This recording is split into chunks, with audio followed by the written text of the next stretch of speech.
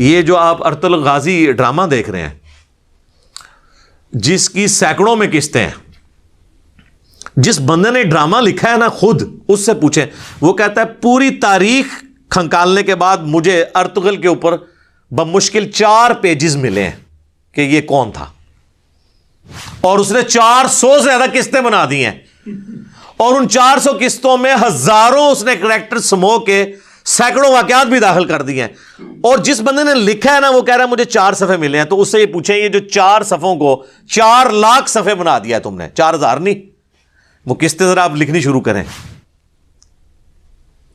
तो वो कहता है कि मैंने ये इसको खुद एक डिजाइन किया, एक ड्रामे के तौर पे उसे पेश किया, लेकिन पाकिस्तानी कौम समझ रही है कि ऐसा ही हुआ था, यानी अर्तुगल के साथ ये इस तरीके से हुआ था। अब आप लोग वो कहेंगे जी हमने खुद देखा है, यही हुआ रहा था।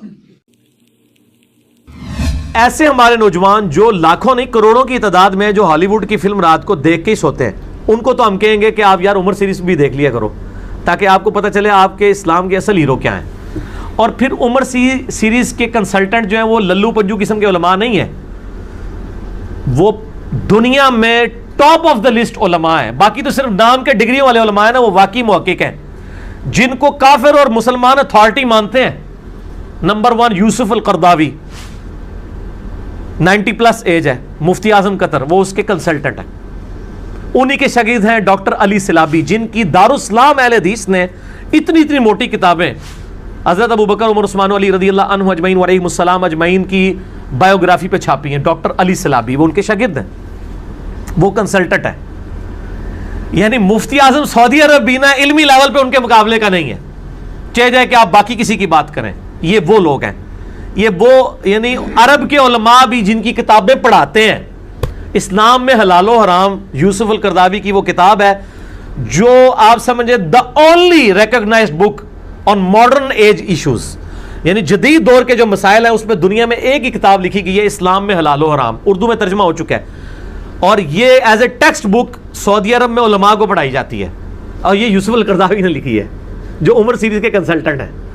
मैं आपको उनका इल्मी लेवल बता रहा हूं। और यूसुफ अल करदावी को ये एजाज हासिल है कि उन्होंने मौलाना मौदूदी का जनाजा पढ़ाया हुआ है।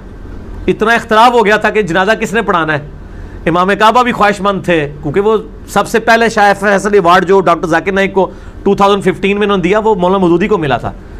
लेकिन फिर उस वक्त कंसेंसस हुआ कि डॉक्टर ये जो यूसुफ अल करदावी से बड़ा कोई आलिम दीन नहीं है, वो पढ़ाएंगे। कज़ाफी स्टेडियम में पाकिस्तान की हिस्ट्री का सबसे बड़ा जनाजा हुआ है मौलाना मौदूदी का, और यूसुफ अल करदावी ने पढ़ाया था।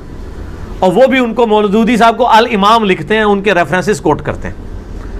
अब 90+ उनकी एज है, तो ये वो कंसल्टेंट है। लिहाजा हम ये कहते हैं जो आम हमारे मुसलमानों के बच्चे हैं, जिनको आप इस्लामिक हिस्ट्री पढ़ने के लिए देंगे, किताबें कोई नहीं पढ़ता। हमारे लेक्चर्स लोग देख लेते हैं, किताब कोई नहीं पढ़ता।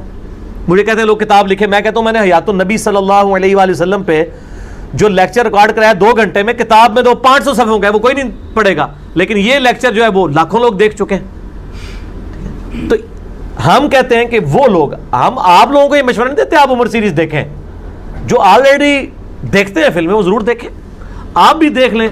तो मेरे नज़दीक इसमें कोई हर्ज नहीं, सिवाय इसके जिसमें जो औरतों वाला सीन है उसमें आप नज़र झुका लें, अदरवाइज वो बहुत कम सीन है। ज़्यादातर तो सारे के सारे जो हैं वो बड़े पॉजिटिव सीन है। और